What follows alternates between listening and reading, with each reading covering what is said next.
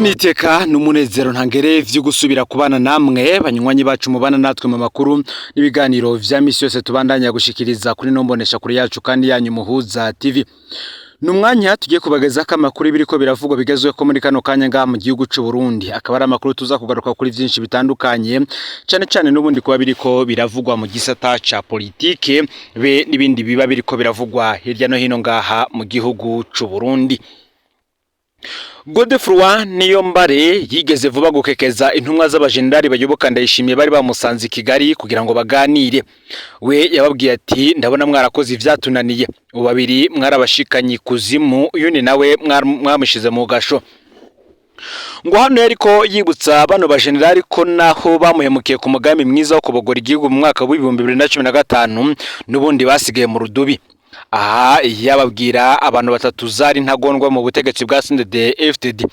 Mu bisanzwe muri CNDD-FDD vyabonekana ko abo bagabo batatu aribo bapfukamye igihugu mu nda kubera atangingo nimwe bafata ku nyungu z'igihugu ahubwo bitaho ineza y'inda zabo. Ngo mbere yari Petero Nkurunziza, uyu yari inshuti ya Niyombare kandi Niyombare no baremeza ko yamufata nk'umuvukanyi, ari nayo mvo mu mwaka wa 2015 yashaka kumuhirika nk'uburyo bwo kumukingira bwa nyuma bwari busigaye. Uwa kabiri ni Alain Guillaume Bunyoni, uyube na Niyombare bari bazinanye cyane kuko bahambije FDD ya Hussein Rajabu na Nkurunziza bavuye mu ishami rya Paripeutu FNL. Ngariki ingeso ya Bunyoni yo kwitwara nk'umubandi no gusuzugurana yatumye batigera bahuza. Uwa gatatu ni Generali Adolphe Nshimiyimana, ngo uyu ntibankana vya cane, ariko Niyombare yabona muri Adolphe umugurano wa Nkurunziza. Adolphe nawe akabona muri Niyombare inkerebutse ariko umengo iteye bwa ruvo. Nkurunziza wewe ngo kukutumvikana kw'ibihangange bimukikuje vyamubera kunguko kuko vyaraheza bikamworohera kubajyanisha rwihishwa, akongera akaba ubungira ubumwe, gutyo rero akamaboneka imbere yabo nka kizigenza. Nuko rero Niyombare abibutsa ko Nkurunziza na Adolphe babazitse Bunyoni nawe bahenurira mu kanekeza mugani wa Reverano Ndikuri umunyamabanga mukuru umugambwe uri ku butegetsi CNDD-FDD. Muti none koko ninde mu vy'ukuri yobazwa imvururu zo mu mwaka wa 2015? Bamwe batese ukutizerana co bari cyo cyatije umurinda amabi yose yabaye mu mwaka wa 2015 gushikaho umugambwe CNDD-FDD wigaburamwo ibice bibiri, bamwe bagahunga igihugu abandi bagasigara mu nshingano zitandukanye z'igihugu. Imvururu zo mu mwaka wa 2015 mu gihugu cy'u Burundi zasize zononye vyinshi, gushika ubu nta numwe yemanga ko ziri ku gatwe kiwe. Imigwi ibiri ibandanya guterana imiragwe, umwe wose ukavyikura ko yegeka ku wundi. Ngariko naho babitana kuri ico kibazo ni kumwe kutarenga ni kurenguke.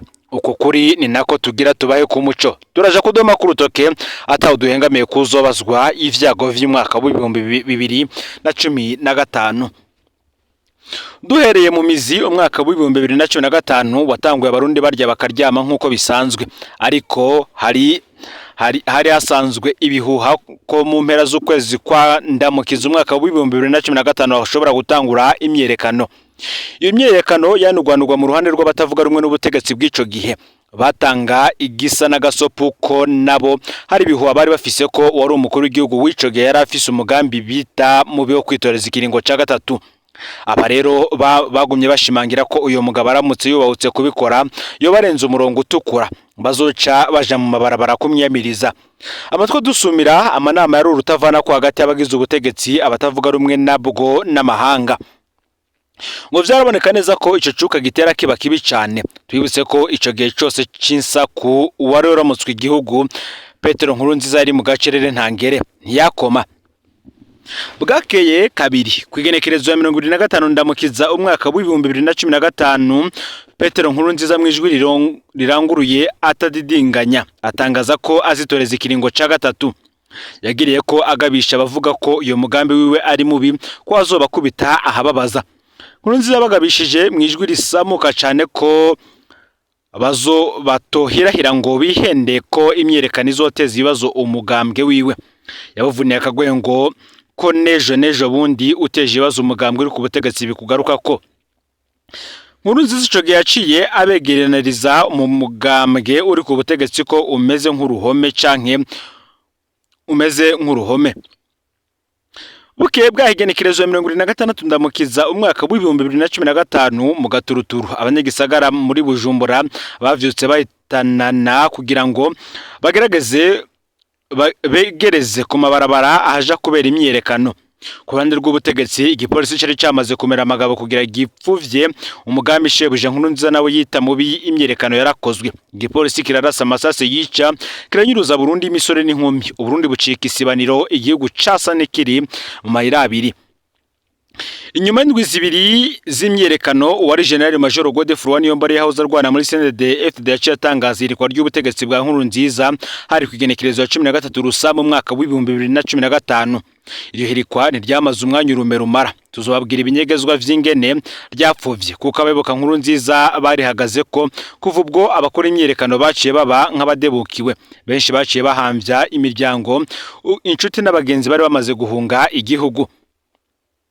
Inyuma yako kajagari rero CNDD-FDD yarinuvye cyane abantu nka Pacifique Ninahazwe, Godefroid Niyombare, Ecclesia Katolika, Bob Rugurika, Ububirigi, Alexis Nduyishe, CNL n'indi migwi myinshi ko aribo bakokeje urwaruka kuja mu mabarabara.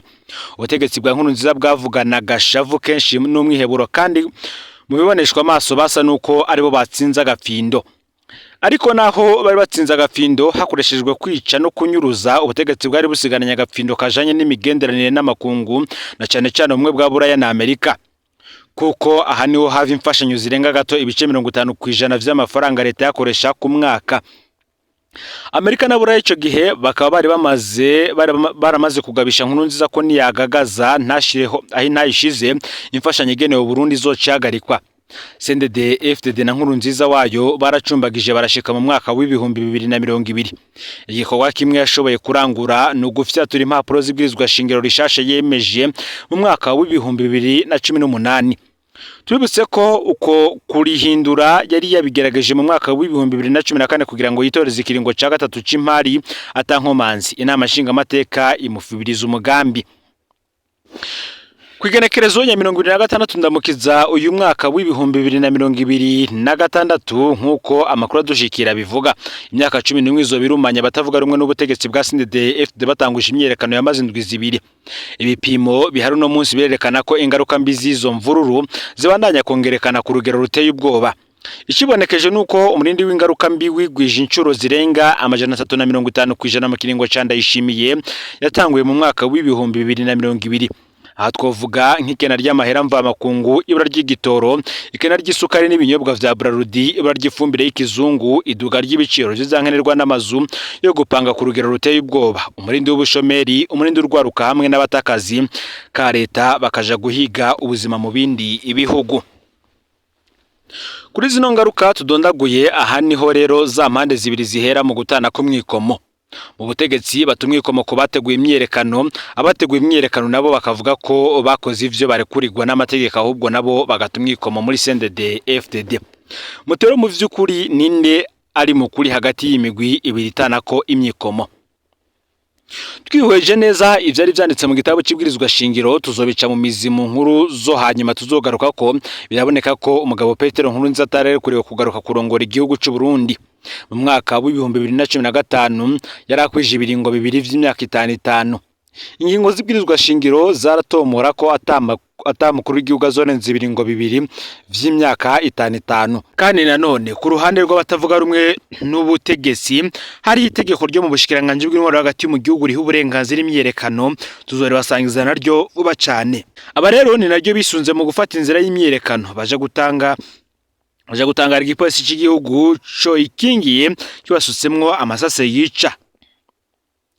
Twiweje rero gutana ku mwikomo kuhari kino gihe hagati y'ubutegetsi n'abatavuga rumwe nabwo tukaniweza atagwenga amakuru c'amategeko avuga ko bikorwa uruhande rwose rwakoze. Biragaragara ko ubutegetsi bwagirwa n'icyaha kuko nibwo bwakoze ibinyuranye n'amategeko. Ni mu gihe kandi benshi banura ubutegetsi kwijya bakimara bw'inanati bukemura ikibazo cy'izindjyane ku nyungu z'igihugu co kizokwamaho. Ni mu gihe kandi abatavuga rumwe n'ubutegetsi nabo Dadika mu gusaba amananiza mu gihe ubutegetsi bwogerageza gukemura ibibazo. Aho ibintu bigeze rero bakwiye kuva mu kababajende bakicarana kugira ngo ikibazo cy'ubuzima buzimvye hafi kudashoboka gitorerwe inyishu ku nyungu y'igihugu cyo twasigiwe na basokuruza, natwe tukaba tutazogenda tucikoreye.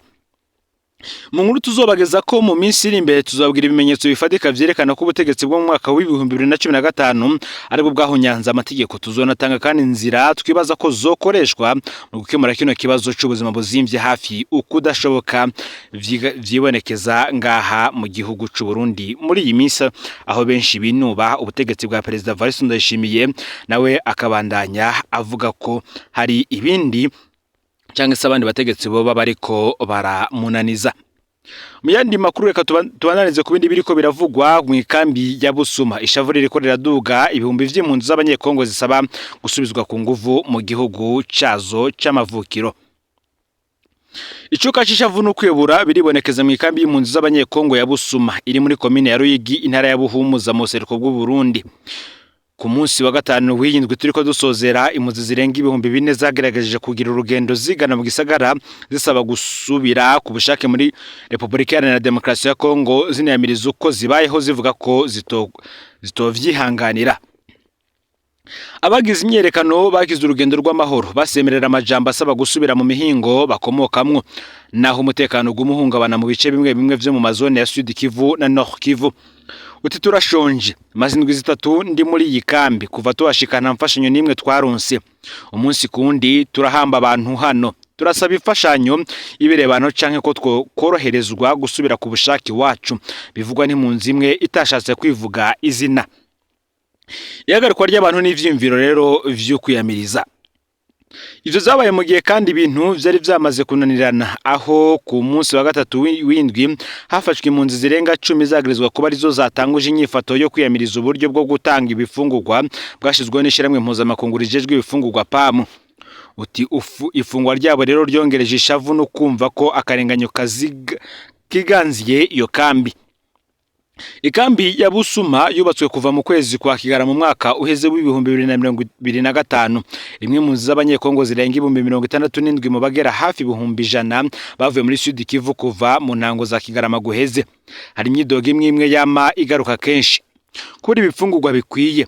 Hari abamazindwi zibiri bataronka ico bapfungura. Kuvugwa bidakwiye, umuvyeyi umwe avuga ko abana biwe 3 bagwaye malaria n'indwara yo gucibwamwo, ariko ko bahabwa paracetamol gusa. Urwikeko ku baganga, zimwe mu mpunzi zikeka ko HCR na ONEPRA bihisha ibitigirinye zina vy'abapfa. Kubera ivyo hari impunzi zivuga ko zizobwirizwa kwa isombe canke gusaba mu banyagihugu kugira zibandanye kubaho. Igitigiri cy'abapfuye gitangwa kiratandukanye. 139 bivugwa n'impunzi, mu gihe 25 bivugwa na ONEPRA, harimo 3 bapfuye kubera korera. Hafi ya zose rero impunzi zabajijwe zisaba gusubira ku bushake mu gihugu zavuyemwo. Umukobwa umwe avuze ijwi ryuzuye intimba yagize ati: "Biruta gusubira mu gihugu cawe ukahapfira kuruta gupfira muri iyi kambi." Agabisha kandi ko ukutizerana aho umwe wese araba mugenzi we nabi bishobora gutuma haba yegereye muri iyo kambi no mu micungararo yayo. Hari impunzi zivuga ko ziteguriye no kugenda n'amaguru gushika muri Kongo kugira zisubire iwabo. Abapolisi bashize muri ico gice barashwiragiza bari mu myerekano mu kurasa hejuru, bituma bicuka c'ubwoba. Fiacre Nkunzimana, umuhuza bikorwa wa ONEPRA mu makambane y'Ibuhumuza, bwagiriza Nyakabanda, Kavumu na Busuma ariyamiriza inyifato ya bamwe mu mpunzi. Ariyamiriza ubusuma buba mu gihe cyo kwiyandikisha, nko kwiyandikisha kenshi ku muryango umwe bigatuma imfashanyo iteba. Akavuga ko ari ingeso mbi z'ubuhumbu, aho urwaruka rumwe rusaba ivyo rwita uburenganzira bwarwo mu gukoresha inguvu rukibifungurwa n'ibikoresho mu mitumba yegereye iyo kambi. Yasuzire kandi hano impunzi kureka ivyo bisaba bidafise akamaro, akanabahimiriza kwegera amareta ya Kongo, Urundi na HCR ku bibazo by'umutekano bijanye n'ubuseruko bwa Kongo. Uko vyifashe rero mu karere, Iryo sekeza ririko riba mu gihe akarere karimwo ingorane zikomeye, ingabo za Kongo zifashijwe n'ingabo z'igihugu gitoya arico Burundi hamwe n'imigwi ya wazalendo ziriko ziragwana n'abagwanyi ba M23 yasubiye gufata ibigwanisho mu mwaka w'ibihumbi 2021. Mu gihe rero ubu hari impunzi z'abanyekongo zirenga 200,000 ku butaka bw'u Burundi, ubu igihugu naco kirahanzwe n'ingorane zikomeye z'ubutabazi. Abakurikiranira hafi ibintu bakavuga ko ingorane nshasha zishobora kwaduka igihe cyose mu gihe akarere k'ibiyaga binini karushiriza kwinjira mu kudashikama kuramba gufise ingaruka zikomeye ku buzima bw'abantu, ku mutekano ndetse no ku mibano ya politike. Gorera makuru yaragizwe ko muri kano kanya ifyonde subscribe canke sabone niba utarafyonda ko kugira ngo tuzocekanwa na yo dushikiriza. Usangize kandi no makuru bagenza aho bari hose kugira ngo nabo baje baramubambira bashikirwa niba biriko biravugwa bigezwe ko ngaha mu gihugu cy'u Burundi, hanze y'imbibe z'igihugu cy'u Burundi ndetse no mu makungu ya kure. Ni umuhuza TV Imana bahezagire mu kugo byanyu vya misose muri ko murakora. Amakuru yacu yo arabandanya.